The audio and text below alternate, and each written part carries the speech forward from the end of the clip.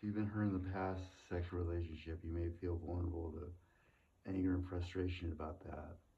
Do a journal entry where you write a letter to the other person expressing all your fears and feelings. Then reread the entry to discover any toxic conclusions you've made about sex as a result of that experience. It's not uncommon for us to make conclusions based on our pain. Unfortunately, these conclusions can affect the rest of our lives. If a difficult experience has caused you to decide, I can't trust a sexual partner, this will either instrument you or attract you at all, or it will magnetize a partner who is indeed trustworthy where sex is concerned.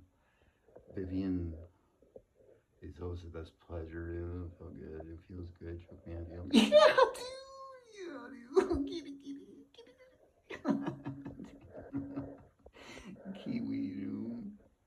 You need to do several thoughts, restructuring unhealthy conclusions. As a result of any traumatic sexual experiences. I remember this is Trader Joe's of the past, probably. Using the restructured beliefs in the right-hand column as your own affirmations, repeat them until you dispose of your difficult history. If somewhere along the way you've been misinformed about sex, if you've been led to believe that sex is wrong, bad, healthy, or unnecessary, you definitely need to address that. Having these beliefs firmly established in your energy could sabotage all the other work you may be doing to magnetize a healthy romantic relationship. An intimate relationship includes sex. You can't project your intention for a romance and withhold your intention to have sex.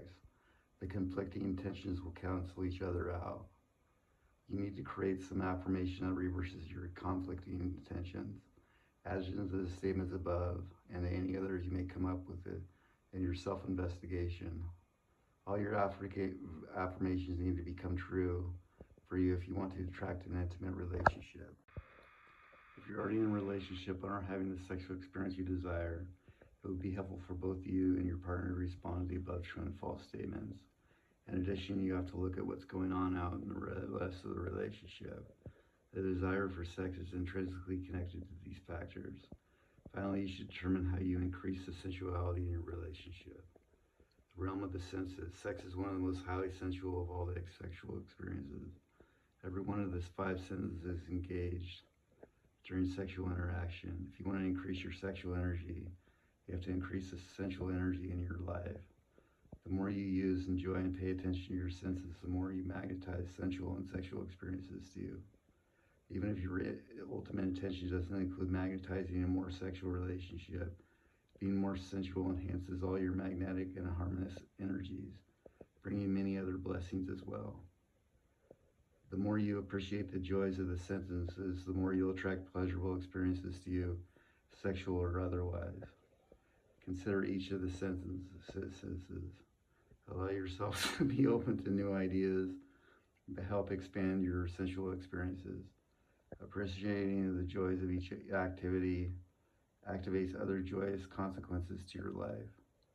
Enjoy your sense of touch. Get a massage, buy some satin sheets. Don't make the mistake of believing that you have to be in a relationship before you, with Kinsey, can go to sleep in a soft, sensuous bed. With Kinsey Moore, dude.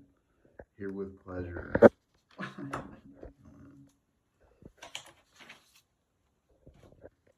Remember the power of acoustic energy. Listen to soothing, sensual music. Talk to yourself. Laugh a lot. Enjoy the sound of nature, the song of the birds, the wind in the trees, even the beauty of silence. These are all gifts in the realm of the senses. Sex and the law of pure desire.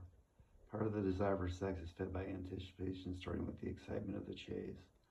Once the decision to date has been made, the physical arousal sets in.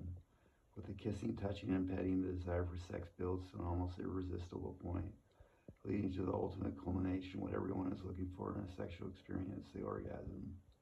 Technically speaking, the experience of orgasm for both men and women is well under a minute of sensation, consisting of about 8 spasms, each about a second long. When I tell this to my clients, they're utterly amazed. Is that all it is? Everyone makes all the fuss just for that. But of course, a sexual relationship isn't about that. It's the combination of all the joys that such a relationship can bring to your life. For most people, it's the relationship and not just the sex that stimulates the desire for love. With that in mind, let's review how the elements of the law of pure desire specifically apply to the sexual relationship. Hope for an intimate relationship can't be reduced to just hope for sex. It's driven by a longing that's much more profound, a yearning for that deeply personally connection that feels like timeless recognition.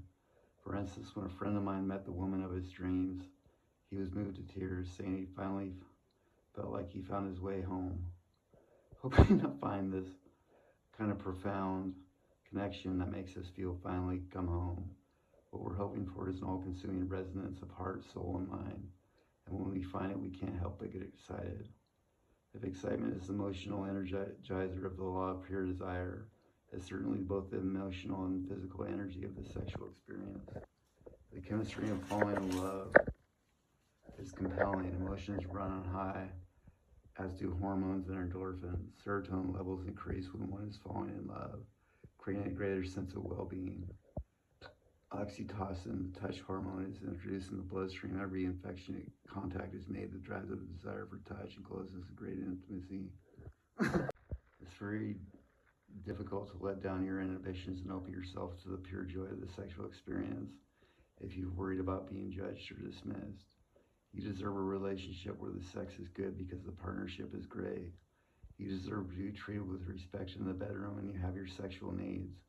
But you must communicate openly about those needs and believe in your partner's willingness to satisfy them. There's power in your beliefs, and that's the power that extends to the sexual experience. And it's equally influenced by the elements of surrender. The element of surrender, pertaining to the sexual side of your relationship, doesn't mean giving up sex. It means surrendering whatever personal agenda you may be attaching to it. Sex is the intimate physical expression of mutual love. Defining it as anything else that changes manipulated.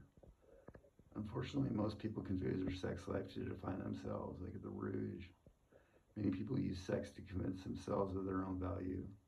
Some people see it as a source of power, with the spider on the fly, and John Nash. Others see it as evidence that they're all desirable.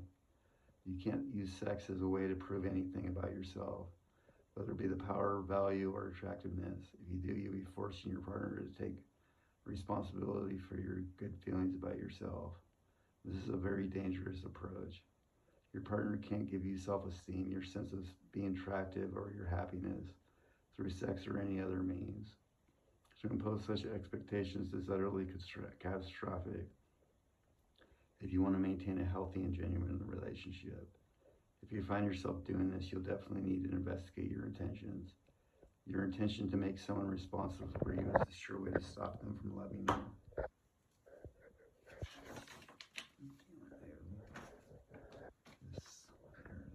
One more, dude. Alright, this response to the gold gas.